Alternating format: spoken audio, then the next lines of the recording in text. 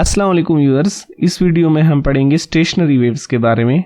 ये भी 5 मार्क्स का क्वेश्चन पेपर में आ जाता है इस चैप्टर से, तो ये भी एक्सप्लेनेटरी क्वेश्चन है जी। तो स्टेशनरी वेव्स समझने के लिए इस फिगर पर फोकस करें। इसमें 2 वेव्स जा रही हैं अपोजिट डायरेक्शन में, और फर्ज करें ये दोनों वेव्स एक ही रस्सी में हों, एक ही मीडियम के अंदर एक ही जगह से गुजर रही हों, तो इनके इंटरफेरेंस से या सुपरपोजिशन से एक खास किस्म की वेव्स बनती हैं जिनको हम स्टेशनरी वेव्स कहते हैं। ये जो वेव आपको नीचे नज़र आ रही है, ये वेव ऊपर वाली दोनों वेव्स का रिजल्टेंट है। तो आप नीचे वाली तीसरी वेव जो है इसकी मोशन देखें, इनकी मोशन ऊपर वाली वेव से मुख्तलिफ है। ऊपर वाली वेव्स में क्रस्ट और ट्रफ ट्रैवल कर रहे हैं किसी एक तरफ, लेकिन इनकी जो नीचे तीसरी वेव है जो इनका रिजल्टेंट है, इसमें कोई भी क्रस्ट या ट्रफ ट्रैवल नहीं हो रहा, बल्कि मैक्सिमा और मिनिमा अपनी अपनी जगह मौजूद हैं। इस वेव में दो चीज़ें इंटरेस्टिंग हैं। एक कि इसमें कुछ पॉइंट्स मुसलसल स्टेशनरी हैं और कुछ पॉइंट्स मैक्सिमम एम्पलीट्यूड के साथ ऑसिलेट कर रहे हैं। जो पॉइंट स्टेशनरी हैं ये नोड्स कहलाते हैं, और जो मैक्सिमम ऑसिलेट कर रहे हैं ये एंटी नोड्स कहलाते हैं। और इसमें क्रस्ट और ट्रफ ट्रैवल नहीं कर रहे, इसलिए इनको स्टेशनरी वेव्स कहा जाता है। अब ज़रा इसको समझते हैं कि ये ऐसा, इसके कुछ पॉइंट्स परमानेंटली ज़ीरो डिस्प्लेसमेंट क्यों शो कर रहे हैं। पहले इस पॉइंट को देखें। अगर मैं वर्टिकल लाइन ड्रा करूं तो ऊपर वाली दोनों वेव्स को ध्यान से देखें, तो इसमें आप नोट करें कि जब ऊपर वाली वेव का क्रस्ट होता है तो नीचे ट्रफ आ जाता है, और जब ऊपर ट्रफ होता है तो नीचे क्रस्ट आ जाता है। यानी यह इस पॉइंट पर ये दोनों वेव्स मुसलसल एक दूसरे को कैंसिल कर रही होती हैं, जिसकी वजह से यहाँ ये पॉइंट ऑसिलेट नहीं होता, ना तो ये ऊपर जाएगा ना नीचे जाएगा। इसी तरह अगर हम इस पॉइंट पर फोकस करें जो मैक्सिमम में ऑसिलेट हो रहा है, इसकी रीज़न ये है कि देखें कि जब ये ऊपर जाता है तो इसकी रीज़न ये होती है कि उस वक्त दोनों क्रस्ट आमने सामने होते हैं, और नीचे जाता है तो उस वक्त दोनों ट्रफ आमने सामने होते हैं, और जब मीन पोजीशन पर होता है तो उस वक्त क्रस्ट और ट्रफ होते हैं ऊपर वाली दोनों वेव्स के। तो इस तरह इस पॉइंट की जो इंटरफेरेंस की कंडीशंस है वो चेंज होती रहती है। कभी ऊपर कंस्ट्रक्टिव, फिर ज़ीरो डिस्ट्रक्टिव हो जाती, फिर कंस्ट्रक्टिव ट्रफ जो है वो एक दूसरे को सपोर्ट करते हैं, लेकिन इसकी हमेशा ही डिस्ट्रक्टिव होगी, इसलिए इसको कहते हैं नोड, और जो मैक्सिमम ऑसिलेशन हो रही है इसको कहते हैं एंटी नोड। इसमें ये जो पोर्शन बन रहे हैं इसको हम लूप्स कहते हैं, जैसे इस फिगर में आपको नज़र आ रहा है कि तो हम स्टेशनरी वेव्स को उनके लूप के हिसाब से इनकी फ्रीक्वेंसी डिटरमाइन करते हैं। तो पहले इसकी रीडिंग कर लेते हैं और उसके बाद फिर हम इसकी इक्वेशंस ड्राइव करेंगे। When two sinusoidal waves of the same wavelength and amplitude traveling in opposite direction along a straight string combine, stationary waves are produced। तो जब दो वेव्स आइडेंटिकल एक जैसी एक दूसरे के अपोजिट ट्रैवल करती हैं तो वो स्टेशनरी वेव्स पैदा करती हैं। नीचे वाली फिगर इसी चीज़ के बारे में है, लेकिन ये स्टेशनरी बनी हुई है, हमने इसमें एनिमेशन दिखाई है, लेकिन ये स्टेशनरी है। और इसके बाद आगे है कि इसमें outstanding feature of the resultant wave is formation of the points on the string which permanently remain at rest, that points on the string where amplitude of the resultant is maximum। यानी जब amplitude maximum होता है उनको हम anti nodes कहते हैं। इसके बाद लिखा है कि पैटर्न जो है वो स्टेशनरी वेव इसलिए कहलाता है क्योंकि इसमें जो मैक्सिमम और मिनिमा है उनकी जगह चेंज नहीं होती। अब हम आते हैं मैथमेटिकल प्रोसेस पे। इस तरफ आ जाए, मैंने इसको ज़रा डिटेल से यहाँ सॉल्व किया है। ये 2 इक्वेशंस हमने लिख दी हैं, kx माइनस ओमेगा टी है और सेकेंड वाली वेव में है kx plus omega t. Sine different इसलिए है क्योंकि इनकी डायरेक्शंस अपोजिट हैं। तो ये वेव्स जब आपस में मिलती हैं, अपोजिट डायरेक्शन, आइडेंटिकल वेव्स हैं, सेम फ्रीक्वेंसी है, जब ये मिलेंगी तो इनको हम ऐड कर लेते हैं, और इनको ऐड करने पर हम इसमें ये कॉमन ले लेते हैं ym।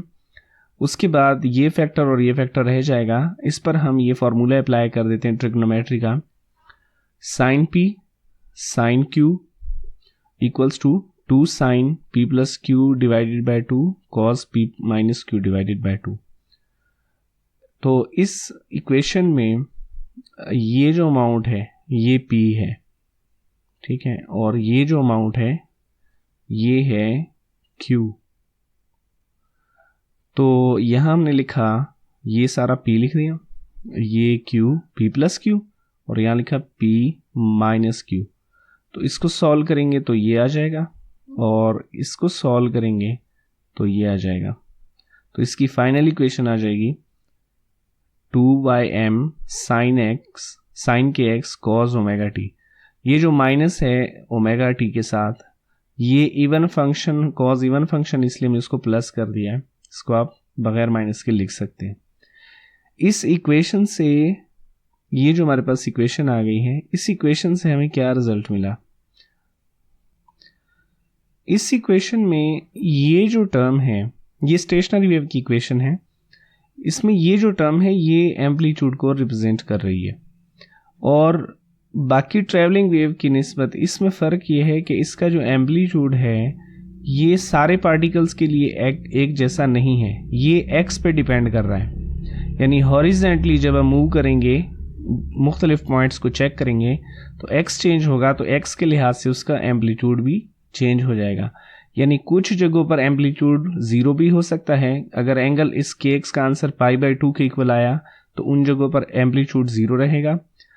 अगर के एक्स का आंसर ज़ीरो आया तो उन जगहों पर एम्पलीट्यूड ज़ीरो रहेगा। ज़ीरो हो या पाई हो या 2π या 3π, तो उन जगहों पर एम्पलीट्यूड ज़ीरो रहेगा। लेकिन जिन जगहों पर के एक्स का आंसर π/2, 3π/2, 5π/2, 7π/2 आएगा तो वहां पर एम्पलीट्यूड मैक्सिमम आएगा। तो अब हम इसकी रीडिंग देखेंगे, यहां से कर लेते हैं। ये वही स्टेप है। इसने कहा mathematically if two combining waves are given by, ये फर्स्ट इक्वेशन है वेव की, ये सेकंड वेव की इक्वेशन है। अपोजिट है, एक में माइनस आएगा एक में प्लस आएगा। According to principle of superposition हम इनको प्लस कर देते हैं और उससे उन्होंने ये आंसर डायरेक्ट निकाला हुआ है, वही जो मैंने इधर सॉल्व कर लिया। अच्छा, अब इसमें हम ये लिखा है कि equation is not travelling wave but describes a stationary wave. The quantity 2m sin kx is called amplitude of the string element located at distance x. Unlike traveling wave where amplitude is same for all string elements, the amplitude of string element in stationary wave varies with position. यानी position के लिहाज से इसका amplitude जो है वो change होता रहता है। अब हम चेक ये करना चाहते हैं कि ये कहाँ पर मैक्सिमम है और कहाँ minimum. The position x for which the amplitude of the stationary wave is 0 are those points for which kx equals to n pi. n pi का मतलब है कि इसका एंगल kx या 0 हो, साइन 0 0 होता है, या 1 पाई हो या 2 पाई हो या 3 पाई एंड सो ऑन। तो यहाँ से k की वैल्यू हमें पता है कि k इक्वल्स टू होता है 2 पाई ओवर लैम्डा, ये वेव नंबर है। तो अगर हम इसमें k की जगह वैल्यू लिखें तो हमारे पास x की वैल्यू आ जाएगी, ये हमने k की वैल्यू लिख दी तो हमारे पास x की वैल्यू आ जाएगी n लैम्डा ओवर 2 और n की वैल्यू है 0 1 2 3।